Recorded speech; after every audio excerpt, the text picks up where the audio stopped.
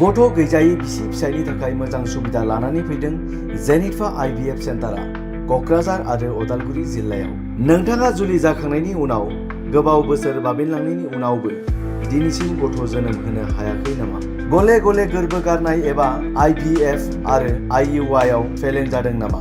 जुदि नोंथाङा गथ' गैयै थासारिजों जुजिनांदों अब्ला नोंथाङा जिंगासिनो नांलिया।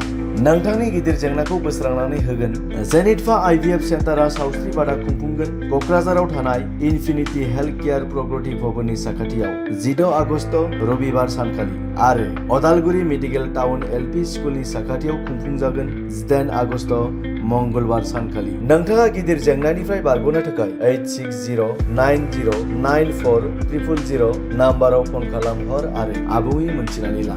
जेनिटभा आइभिएफ सेन्टारा नोंथांखौ सासे बिमा आरो बिफा खालामनायाव 100% हेफाजाब खालामगोन आरो जेनिटभा आइभिएफ सेन्टारा गोबां जाफुंसारनाय बिदिन्थिनि गेजेरजों खामानि मावबोदों।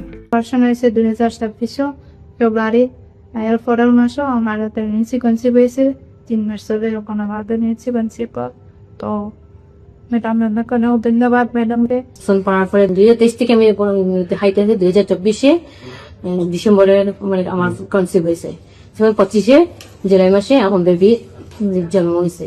তরফ পিতা শর্মা ম্যাডামকে দেখাইয়া তখন 2 বছর থেকে নাম্বার মানে সাকসেস হয়েছে, তখন পজিটিভ হয়েছে। ম্যাডাম অসংখ্য ধন্যবাদ দিই কারণ দেখাইছি দেখুন ঘরে গেলে 25 4 মাস তানি কেন আমি কেমন চালাইছি স্বাভাবিক করে আমার কনসিভ হয়েছে। ম্যাডামর কি শুক্রিয়া হইয়া থ্যাংক ইউ জানাই ম্যাডাম।